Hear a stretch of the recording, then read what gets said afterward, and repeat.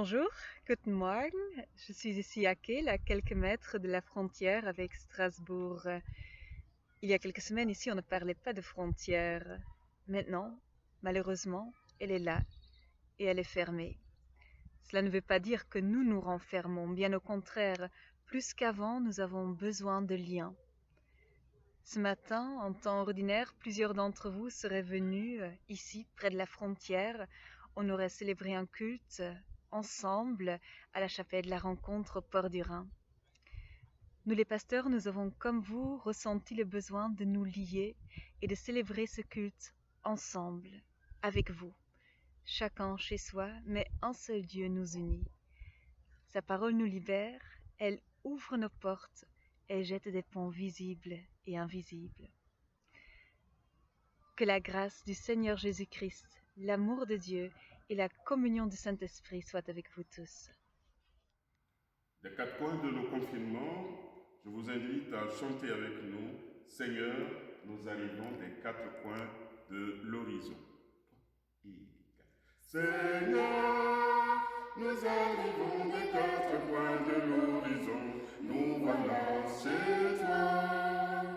Seigneur, nous arrivons des quatre coins de l'horizon, dans ta maison. Nous avons marché sur des routes humaines, nous avons porté le fardeau des jours, nous avons souffert la fatigue et la peine, nous avons offert simplement notre amour. Seigneur, nous arrivons des quatre coins de l'horizon, nous voilà chez toi. Seigneur, nous arrivons des quatre coins de l'horizon, dans ta maison. Nous avons marché au milieu de nos frères, nous avons porté le poids de nos jours, nous avons souffert en voyant leur colère, nous avons offert simplement ton amour. Seigneur, nous arrivons des quatre coins de l'horizon, nous voilà chez toi. Seigneur, nous arrivons des quatre coins de l'horizon, dans ta maison. Vous entendez la cantate de l'Apocalypse sur une musique du père André Gouze. La traduction est du professeur Pierre Prigent. Ils ont traversé la grande épreuve. Ils n'auront plus faim, ils n'auront plus soif. L'agneau de Dieu sera leur berger.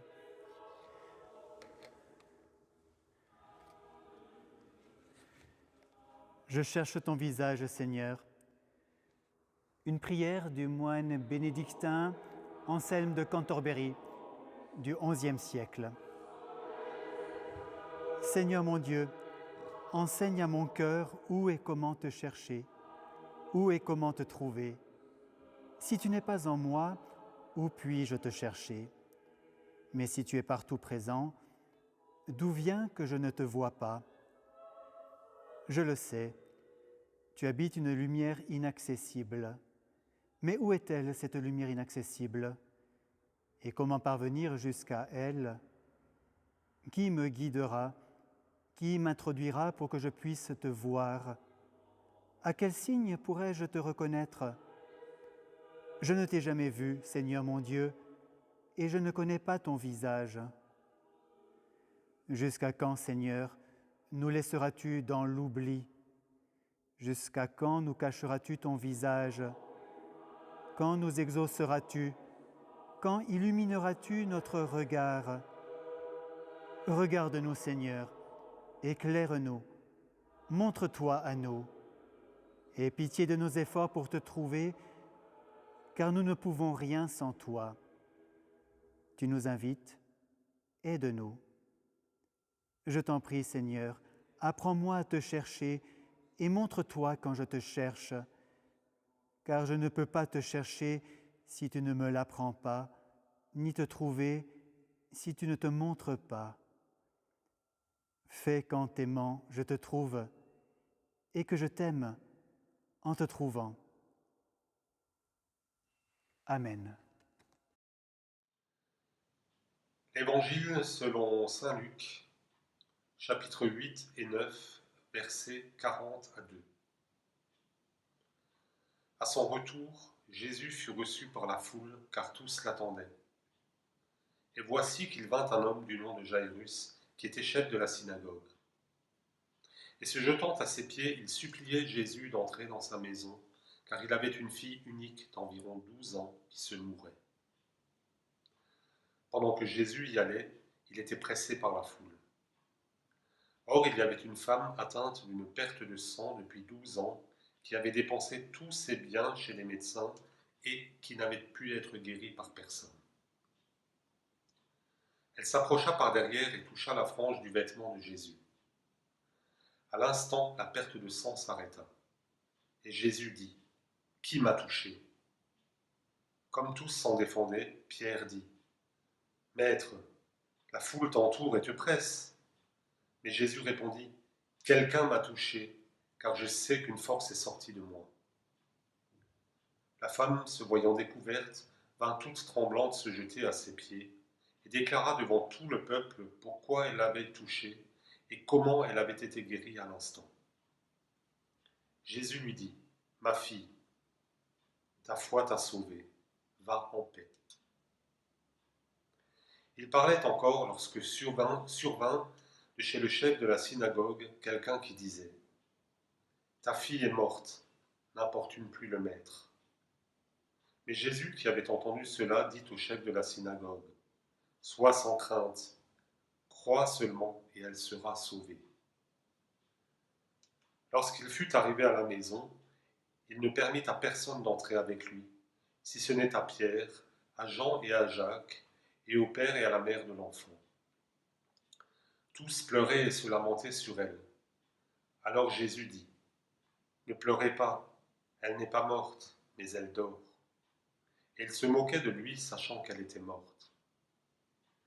Mais il la saisit par la main et dit d'une voix forte : « Enfant, lève-toi. » Son esprit revint en elle. À l'instant, elle se leva, et Jésus ordonna de lui donner à manger. Les parents de la jeune fille furent étonnés, et il leur recommanda de ne dire à personne ce qui était arrivé. Il appela les 12 et leur donna la puissance et l'autorité sur tous les démons, ainsi que le pouvoir de guérir toutes les maladies. Il les envoya prêcher le royaume de Dieu et guérir les malades.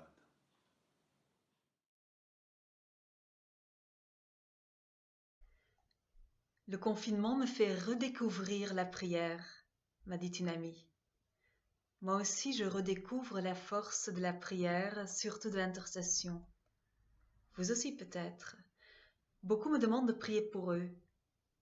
La semaine dernière, lorsque j'étais malade, on a également prié pour moi. Je n'étais pas en danger, contrairement à d'autres, mais cette prière, votre prière, m'a portée. Elle faisait en sorte que je n'étais pas seule, oubliée et sans nom. L'intercession est la marque de notre colère et de notre compassion devant le mal, écrit Antoine Nuis. Étymologiquement, le mot intercéder veut dire se déplacer entre, aller d'une personne à l'autre. Le ministère de l'Église est de dire la parole de Dieu aux hommes et de se tenir devant Dieu avec la souffrance du monde. L'intercession est une façon pour l'Église de se rappeler qu'elle n'est pas dans une arche protégée, mais qu'elle vit au milieu d'un monde en souffrance. Lorsqu'il y avait un malade sur son chemin, Jésus s'arrêtait. C'est ce qu'il fait aussi dans notre texte d'aujourd'hui. Cette histoire est connue sous le nom de la résurrection de la fille de Jaïrus. Mais en fait, c'est aussi le récit de cette autre femme, c'est anonyme. On lui donne le nom de sa maladie, la femme hémorragique. Son histoire se glisse au milieu de celle de la résurrection de la fille de Jaïrus, tout comme cette femme se glisse silencieusement vers Jésus. On l'aurait presque oubliée. Elle n'était plus toute jeune, seule apparemment, pauvre et malade. Elle avait des pertes de sang depuis 12 ans. Elle était donc impure depuis et exclue de la société. Son toucher rendait aussi l'autre impur. Il fallait donc l'isoler. Oui, les similitudes avec notre situation actuelle ne vous ont certainement pas échappé. La femme s'approche donc doucement de Jésus, le touche, le rend donc impur, et elle est guérie. Tout cela aurait pu se passer de façon inaperçue, invisible au milieu de la foule, mais Jésus la sort de son anonymat. On ne sait toujours pas son nom, mais Jésus lui donne un autre nom, une nouvelle identité. Ma fille, dit-il, ta foi t'a sauvée, va en paix. Il l'appelle ma fille. Elle reçoit une nouvelle vie, elle est fille de Dieu. Après cette parole, Jésus se reconcentre sur l'autre fille, une jeune fille, la fille de Jairus. Elle est née il y a 12 ans au moment où la maladie de l'autre a commencé. Elle est morte, dit-on. Jésus va tout de même la voir. Il lui dit « Mon enfant, réveille-toi » Et elle aussi, elle retrouve la vie. On ne sait pas non plus son nom, à part qu'elle est la fille du chef de la synagogue. Mais elle aussi, elle reçoit une identité propre, nouvelle. Elle est appelée mon enfant, enfant de Dieu. Pourquoi lire ces histoires de guérison et même de résurrection alors que tant de gens sont malades et meurent? Pourquoi prier pour la guérison des malades? N'est-ce pas infantile de penser que Dieu va exaucer notre prière? Est-ce vraiment l'exaucement de notre prière qui nous pousse à nous adresser à Dieu? L'Évangile ne s'intéresse pas spécialement à la guérison magique, mais à la rencontre avec le malade et à la vie retrouvée. Intercéder, c'est avoir de la compassion pour l'autre. Intercéder, c'est un acte d'amour. Est-ce que je prie plus en ce moment parce que j'ai plus de temps? Peut-être. Je suis aussi plus sensible. Je prends plus conscience de ce qui est essentiel. Dans ce temps d'isolement, étrangement, l'autre occupe plus de place dans mes pensées. Je veux me lier à lui. Je veux lui donner un nom, un visage. Tout comme moi aussi, j'ai besoin d'être plus que mon corps, ma maladie, ma finitude. La femme de l'histoire ne peut pas être réduite aux 12 ans de perte de sang. Elle est fille de Dieu. Tout comme la fille de Jairus de 12 ans, elle est l'enfant de Dieu qui a retrouvé la vie. Dans la prière d'intercession, nous sortons de l'anonymat, nous devenons frères et sœurs, fils et filles, nous sommes tous enfants de Dieu. Notre histoire biblique ne s'arrête pas à la guérison, mais elle continue avec l'envoi des 12. Ils sont envoyés pour proclamer le royaume de Dieu et guérir les malades. Les 12 ne sont pas nommés ici. Les 12 me rappellent les 12 ans d'hémorragie, les 12 ans de la fille de Jairus. 12, c'est aussi le rêve que les 12 tribus d'Israël, dispersées à cause des guerres, reviendront un jour pour vivre ensemble en paix. 12, cela nous fait rêver, espérer. Les 12 sans nom, ce sont ceux qui étaient anonymes et qui ont reçu une nouvelle identité. Nous sommes les 12. Nous avons reçu une identité nouvelle qui n'enferme pas mais qui libère. Nous sommes les fils et filles de Dieu et nous intercédons les uns pour les autres. Mon enfant, mon fils, ma fille, ta foi t'a sauvé. Va en paix. Nous allons vous présenter Jésus Tawapan. Jésus, nous sommes en face de toi. Ce chant, nous l'avons découvert durant la journée mondiale de prière qui nous a été préparée cette année par les femmes de Zimbabwe. Jésus Tawapano, Jésus Tawapano, Jésus Tawapano, Mozita Renew. Nous allons le chanter.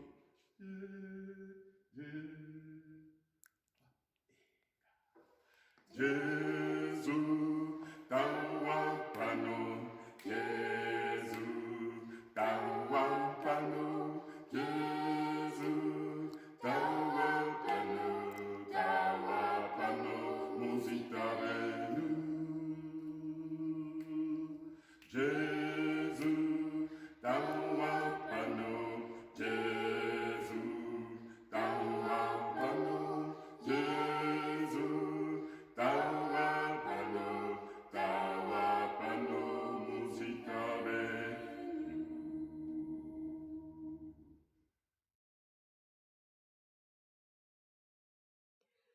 Nous prions.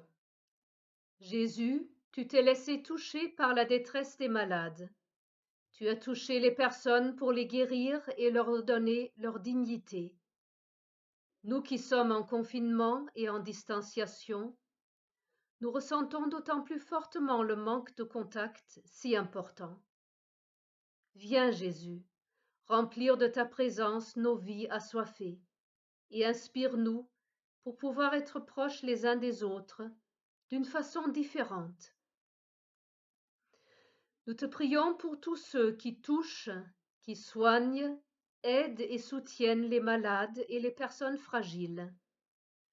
Nous te prions pour les médecins et personnels soignants, pour tous les efforts faits dans les hôpitaux, les EHPAD, mais aussi les centres d'accueil, les résidences universitaires, les institutions et aussi les prisons.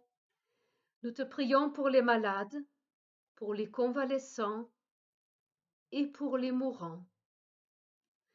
Nous te prions pour les personnes âgées et pour la communion des générations.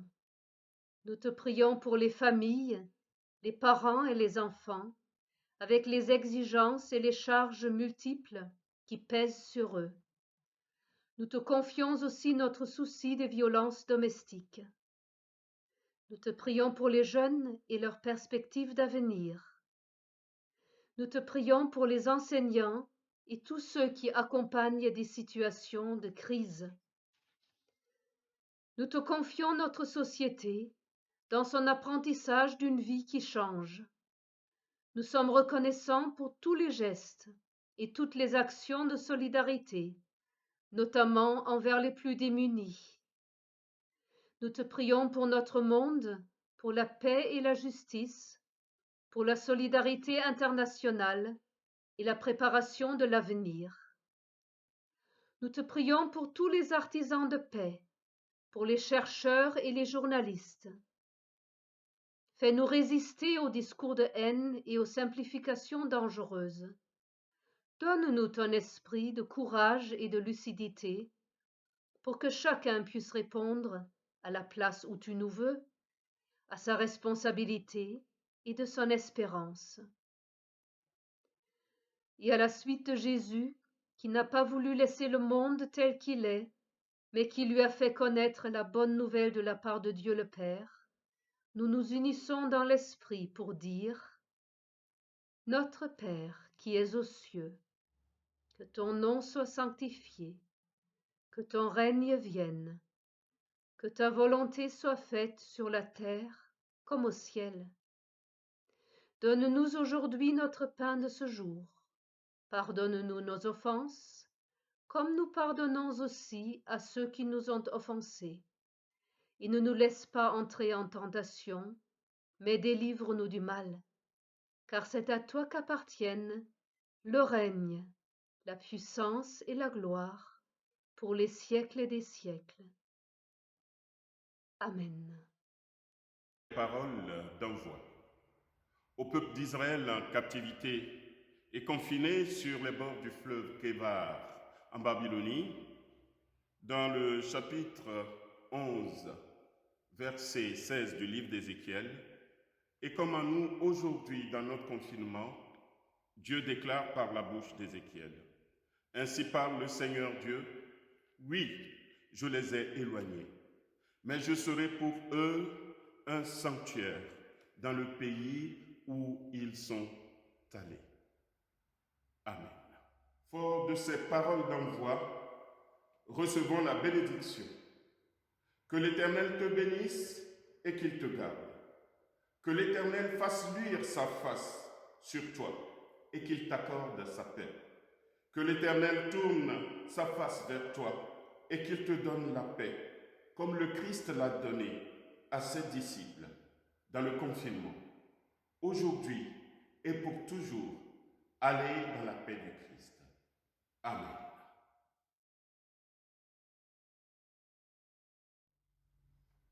I Have a Dream, parole forte du pasteur Martin Luther King, mise en musique par Célia Setoudzou. Nous aussi, nous faisons aujourd'hui le rêve que nous vaincrons la pandémie. Nous sortirons de nos confinements spirituels, économiques, politiques et sociaux pour construire ensemble un nouvel ordre mondial dans la paix, la justice, l'égalité, le respect du droit de l'homme et une fraternité vraie et sincère.